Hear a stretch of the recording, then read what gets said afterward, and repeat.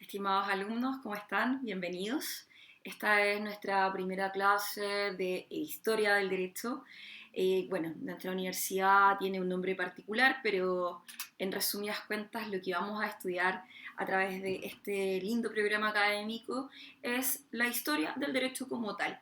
Me presento, soy Carolina Parraya Espiña, soy abogada por la Universidad Central de Chile. Tengo magíster en Derecho Ambiental por la Universidad del Desarrollo y también, postítulo de Derecho Eléctrico en la Universidad Católica y Antropología Jurídica por la Universidad de Chile. Les cuento esto como para que más o menos conozcan un poco mi perfil, mis intereses y si bien es cierto, soy abogada ambientalista. Antes de ser abogada ambientalista siempre quise ser historiadora y siempre he sentido una gran pasión por la educación cívica, por lo que estoy muy contenta de poder ser su profesora y en esta ocasión que empecemos a trabajar con la educación, el conocimiento de las fuentes del derecho y de esa manera podamos empezar a ampliar nuestro criterio, a profundizar nuestro conocimiento y de esa manera podamos llegar a desarrollar de la mejor manera y más óptima posible nuestro pensamiento crítico. ¿Por qué? Porque al tener pensamiento crítico, al poder conocer cómo se desarrollan los sucesos, podemos comprender por qué una norma o por qué el derecho es de tal manera o no según cada época. Hay múltiples formas de poder interpretar el derecho, pero en esta ocasión nos vamos a enfocar principalmente en lo que respecta a las ciencias jurídicas y sociales y por supuesto con un mayor énfasis con una lógica humanista para que de esta manera podamos ir más allá que simplemente lo que dice el tenor de la ley. ¿Ok? Para comenzar, me gustaría poder leerles una pequeña idea, porque esta es una de muchas. Un segundo. Que no es, ahí está, ni más ni menos que la interpretación de la ley según nuestro Código Civil chileno, que en su artículo 19 señala: cuando el sentido de la ley es claro, no se desatenderá su tenor literal a pretexto de consultar su espíritu. Pero bien se puede, para interpretar una expresión obscura de la ley, recurrir a su intención o espíritu claramente manifestados en ella o en la historia fidedigna de su establecimiento. Esta norma, principalmente el inciso segundo de este artículo 19 del Código Civil, es una de las tantas normas que vamos a ir analizando para que podamos comprender el por qué estudiamos historia del derecho, cuál es la importancia de la historia del derecho y de qué nos sirve a nosotros como profesionales del derecho saber sobre este tipo de materias. Primero que todo, me gustaría también mencionar, ya para que empecemos a avanzar en esta clase de presentación, que ustedes no estudian leyes, ustedes estudian ciencias jurídicas y sociales, porque resulta que si solo estudiaran leyes, solamente aprenderíamos a interpretar un par de normas, distinguir lo público y lo privado y un par de disposiciones legales que ya está. Pero nosotros acá en Chile estudiamos Derecho, Ciencias Jurídicas y Sociales, porque la vastedad de conocimiento que debemos tener comienza desde el conocimiento en la historia, en la filosofía, en la sociología, en las ciencias naturales, como también se puede estudiar en otras áreas como el derecho ambiental, por ejemplo, en la economía, fundamental, así como también en la política, la propiedad, que posteriormente la van a estudiar, normas tributarias, en fin. El derecho como tal es tremendamente amplio y personalmente creo que es una de las profesiones más virtuosas que existe, porque uno al ser abogado no es solamente cómo se define el Código Orgánico de Tribunales, es mucho más amplio y mucho más íntegro. Si bien es cierto que hay que cumplir muchas de las disposiciones y de las formas que el ordenamiento jurídico nacional, nuestro Estado de Derecho exige para que yo o ustedes próximamente sean abogados, como ser investidos ni más ni menos que por uno de los poderes del Estado, que es el Poder Judicial. Ojo que esta es la única carrera en la que se es investido por un poder del Estado. Y esa es la meta que ustedes deben empezar a fijar, que algún día se van a titular en la Corte Suprema como abogados. Y para ser abogado no solo basta, como les decía, saber de leyes. Hay que saber de todo, hay que saber mucho, y el conocimiento está desde las tablets, celulares, computador y los libros, que para mí son hoy en día un gran tesoro, y espero que ustedes también atesoren la lectura, se apasionen con el conocimiento y quieran cada día tener más y más y más información. Me gustaría darles muchas sugerencias, muchas explicaciones y contarles también de mi experiencia como estudiante anteriormente, como estudiante, perdón, actualmente, y también como en este minuto su profesora, para que de esa manera ustedes constantemente se sientan motivados por el conocimiento. Así que la lógica es el conocimiento, la información. Eh, Angela Merkel, que es la primera ministra de Alemania, dijo algo muy interesante hace no mucho tiempo atrás. Si en el siglo XX el poder se traducía a través del capital, en el siglo XXI el poder se traduce en la información. ¿Qué quiero decir con esto? ¿Se han puesto a pensar que en lo que va de este año, o más bien en lo que viene ocurriendo en Chile desde el año pasado, es historia? ¿Por qué lo digo? Porque resulta que cuando estudiamos historia, y en particular historia del derecho, no estudiamos solamente un par de hitos o todos los fenómenos. Vamos estudiando cómo el derecho, o el Estado de Derecho en nuestro caso, va desarrollándose a través de fenómenos sociales, hechos políticos, económicos, culturales, en fin. En Chile, desde octubre, ya estamos viviendo ciertos hitos históricos y de gran relevancia para la historia nacional y en particular para la historia constitucional o la historia cívica de Chile.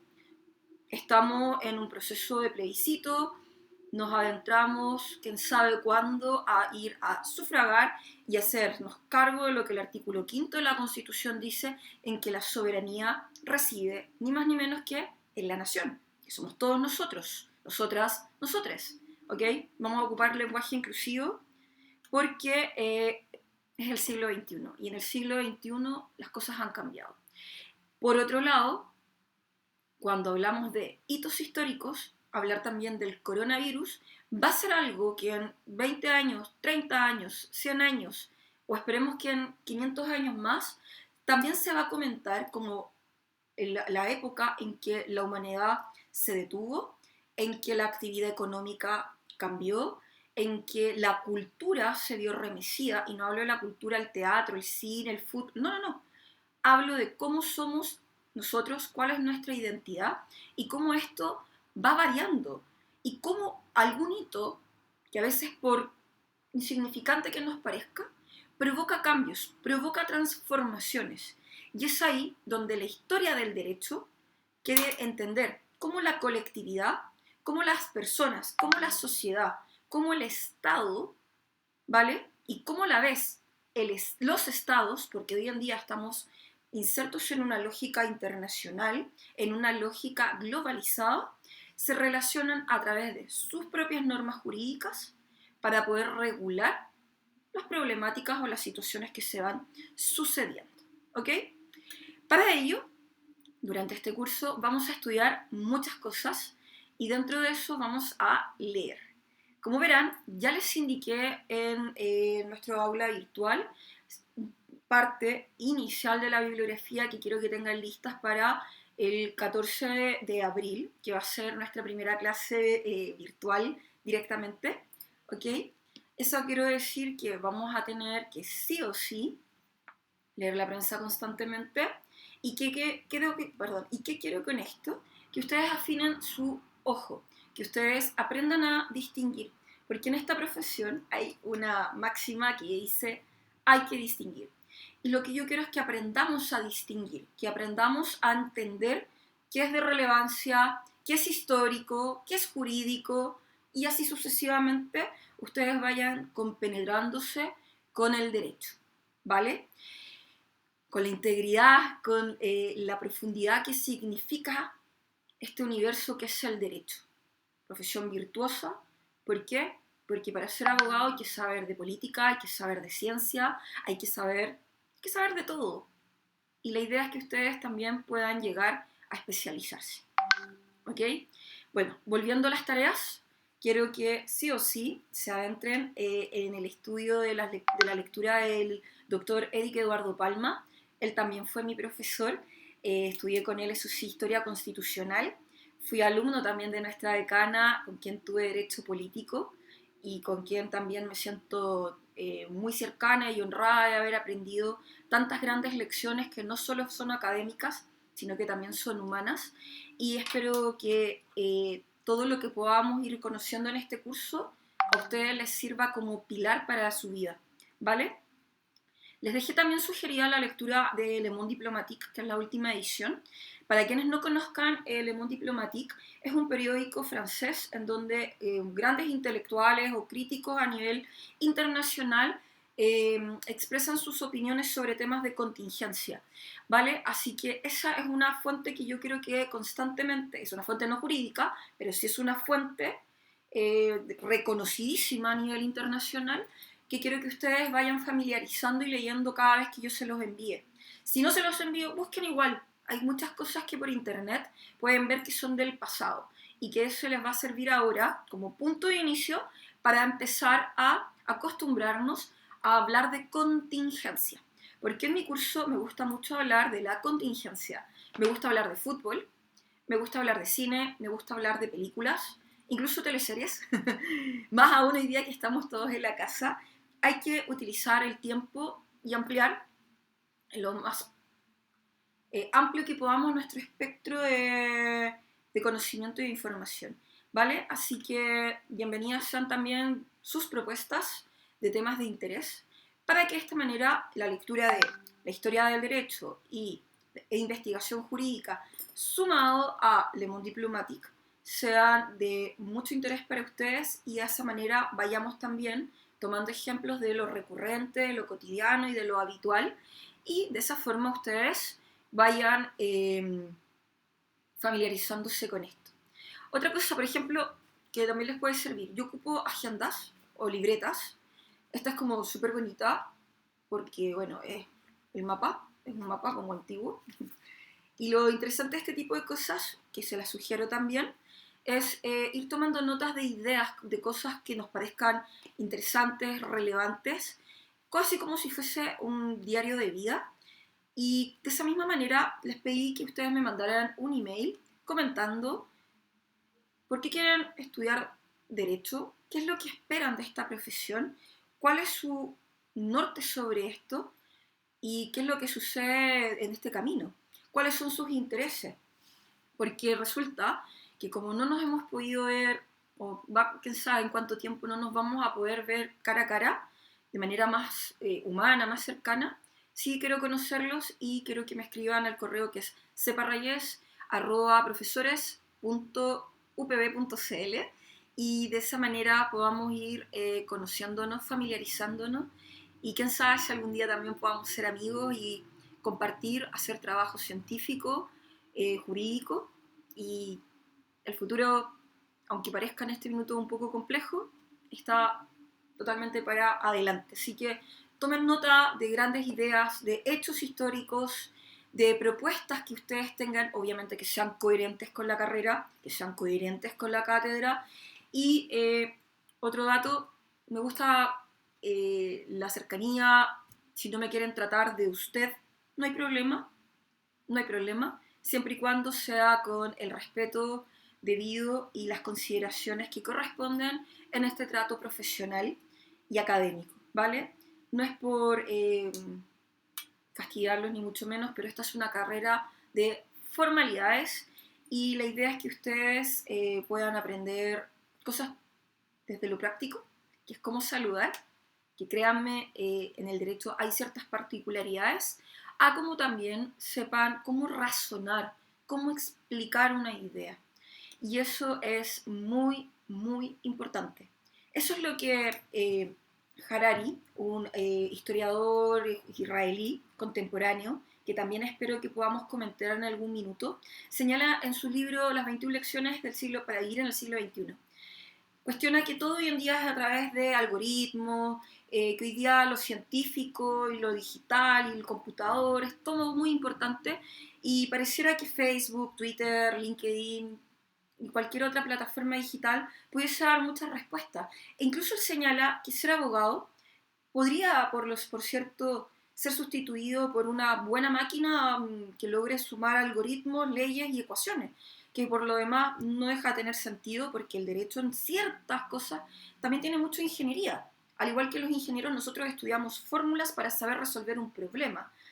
Pero la virtud de ser humano, que es lo que no tiene la inteligencia artificial, es que hay ciertas sensibilidades que esperemos la tecnología y la inteligencia artificial aún no logren tocar. Y es ahí donde la historia, donde las ciencias y donde las humanidades cobran mayor sentido, porque la percepción que uno tiene al ver una película, como por ejemplo Gladiador o 1492 y escuchar la música de Vangelis, cuando va Cristóbal Colón surcando el Atlántico, para llegar a el Nuevo Mundo, y la capacidad de sentir, percibir e incluso empezar a cuestionar el derecho, no es algo que los algoritmos ni la tecnología virtual de hoy día pueda llegar a ser. Valoren, atesoren y nutran esa capacidad, ¿vale? Ahora, vamos a la parte más técnica, ya que esto es una introducción. Yo les mandé, si revisaron ya, un PPT, que es como el temario, ¿ok? Ese es nuestro programa académico explicado muy a grosso modo, de manera bien sencilla, lo más amable posible, con el cual quiero que ustedes comprendan que es como nuestra brújula, nuestra guía de ruta, ¿ok? A través de la cual vamos a empezar a explicar ciertas cosas. Por lo demás, ese texto, un segundo. Ese texto que usted, o sea, perdón, ese PPT está basado ni más ni menos que en este libro, que es Historia del Derecho del profesor, del maestro más bien, don Jaime Izaguirre, de la editorial universitaria. Quienes tengan la posibilidad de conseguirlo materialmente, por favor háganlo, porque esta es nuestra como texto de base, ¿ok? Como que con este libro vamos a empezar a trabajar. No es el único, pero este es el de cabecera. Es muy cortito, tiene 221 hojas, pero hey, es amable. Y por lo demás se tienen que acostumbrar a leer, ¿ya? Así que les voy a ir mandando cosas de ese texto también para que vayan leyendo. Por temas de derecho de autor, obviamente el libro no lo podemos llegar a fotocopiar, ni tampoco llegar y enviar por correo, pero la idea es que ustedes tengan como base ese texto, ¿ok? Lo demás, tranquilos, tranquilos, ¿ya? Así que, bueno, nuestra primera unidad va a ser una introducción a la historia del derecho, lo cual vamos a realizar con la lectura del profesor Palma, gran maestro de la historia en Chile, por lo demás. Búsquenlo también en internet, es muy interesante conocer el perfil que él tiene, lo que ha hecho como educador cívico y de quien también me inspiro para que nos empecemos a tratar de ciudadanos, más aún en el proceso constituyente en el que Chile está actualmente, ¿ok? Y aquí quiero que empecemos a hacer distinciones genéricas como qué es la historia como tal, entender esta lógica de la línea del tiempo, ¿ok? El antes de Cristo, el después de Cristo y principalmente porque en este curso en particular nosotros vamos a estudiar desde el antes de Cristo, ¿vale? Vamos a toparnos de frente con derecho romano, pero aquí lo vamos a llamar romanización, que como pueden ver ya pasamos ahí a una segunda unidad, piano, vamos a estar, estamos todavía con la primera unidad, pero de esa romanización quiero que después comprendamos el proceso de cristianización para luego comprender cómo el derecho en España se empieza a conformar hasta llegar a la influencia también de, ¿cómo se llama? Se me fue la palabra, disculpen. De los visigodos, también después la influencia árabe hasta poder llegar al descubrimiento de América y posteriormente vamos a llegar incluso a la Revolución Francesa, ¿ok? Eso es más o menos el antes y después dentro de la línea de tiempo que vamos a estudiar. Se lo estoy contando ahora a grandes rasgos porque ya desde la próxima semana vamos a empezar a estudiar a cabalidad cada una de esas cosas. Dentro de esta unidad hay otro tópico fundamental que es hablar de cristianismo, ¿vale? Aquí somos todos moros y cristianos, ¿ok? No quiero que lo veamos solamente desde la óptica de una visión, porque yo tengo una visión, ustedes tienen otra, ¿vale?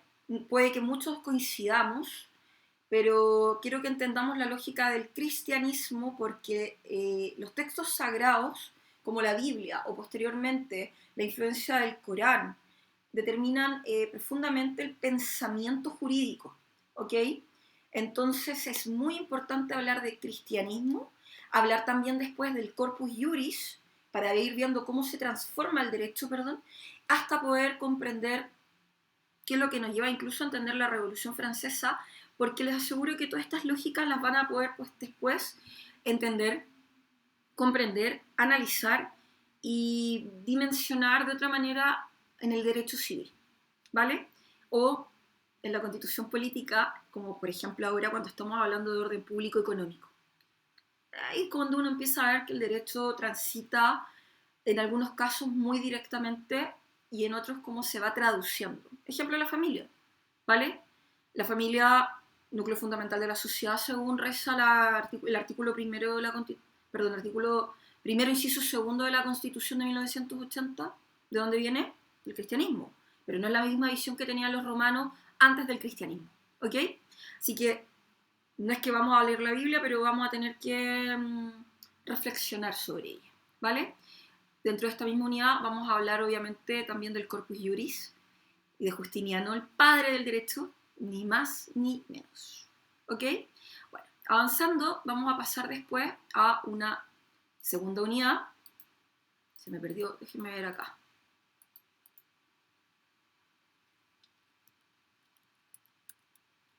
Vamos a hablar... Ay, se me movió un poco el PPT. Un segundo, chiquillos.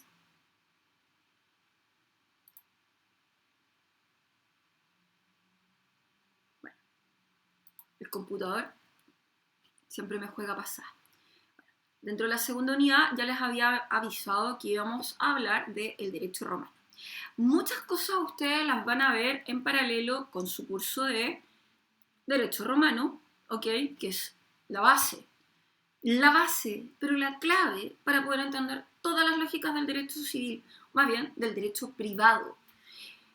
Van a refunfuñar, van a odiar la situación, lo sé, pero van a haber muchos otros que lo van a amar y ese amor que van a sentir por el derecho romano les va a abrir la cabeza como nada.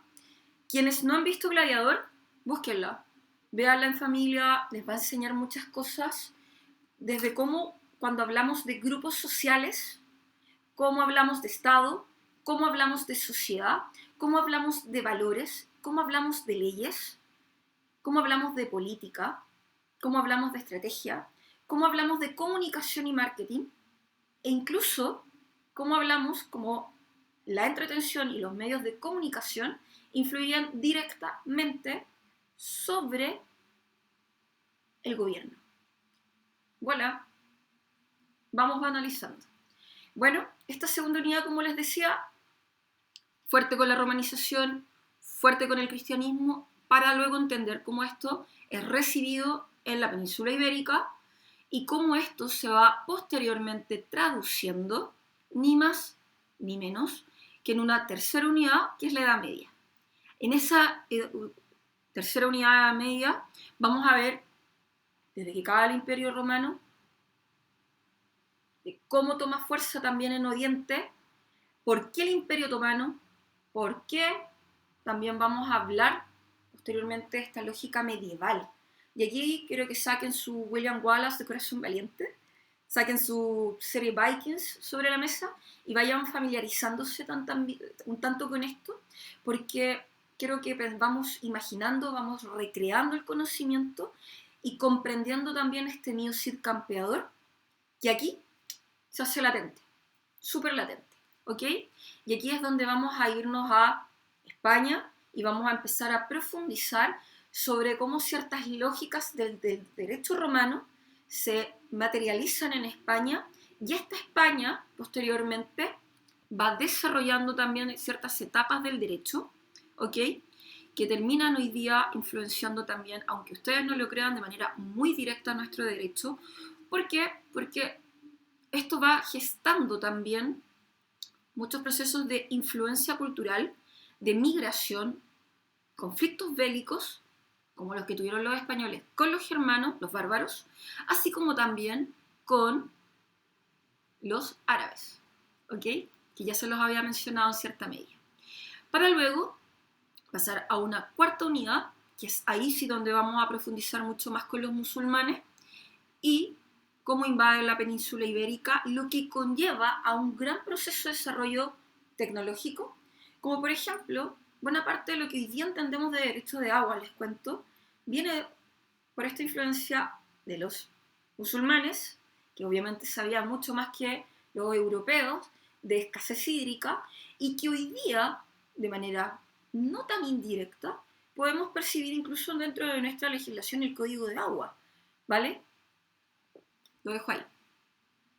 Para luego llegar a una quinta unidad, que es la bajada media, la recepción del derecho común hasta el descubrimiento de América, que coincide con, voilà, otra gran pandemia,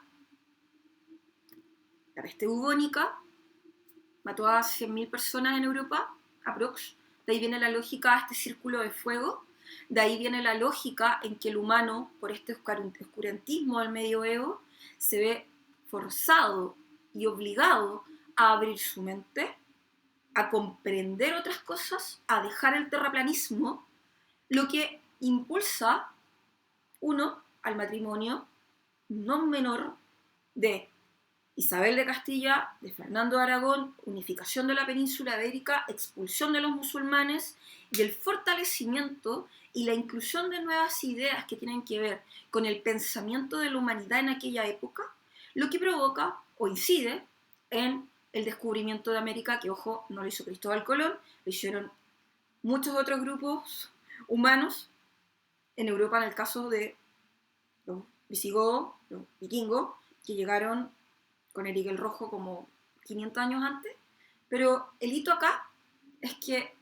el descubrimiento de América abre una puerta o otra dimensión en realidad para la humanidad, y principalmente porque empieza a surgir el derecho indiano, del cual somos hijos directamente, y que hoy día podemos ver manifiesto en una no menor cantidad de normas jurídicas que han ido evolucionando y traduciéndose, y en otras que dejaron de estar hace no mucho tiempo. Ejemplo, el derecho penal. ¿Sí? El derecho procesal penal más bien.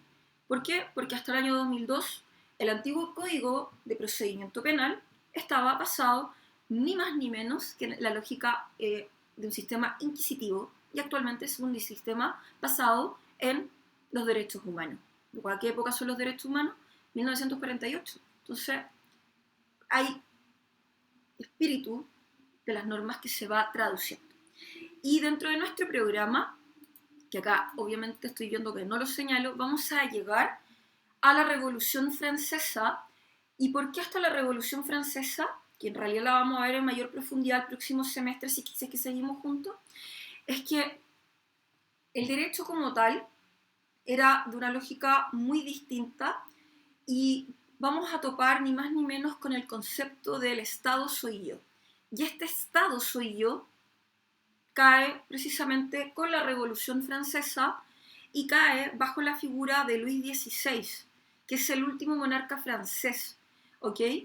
La Ilustración es la lógica filosófica de esa época, que es la que también posibilita, influye directamente en la emancipación de los estados de Norteamérica, y precisamente también en la independencia de Chile y la independencia de los demás estados, o naciones, perdón, colonias, como se le dice popularmente, acá en las Indias, que es América Latina, y que hace la transición de este derecho español de la Inquisición propiamente tal, para comenzar un proceso de república en Chile, que es hoy día uno de los tópicos que nuestro país, no solo los chilenos, sino que también las personas que habitan este país, que hoy día está conformado por chilenos y también por extranjeros, ¿ok? Debemos enfrentar ante este proceso constituyente. Les quiero dar las gracias por este tiempo.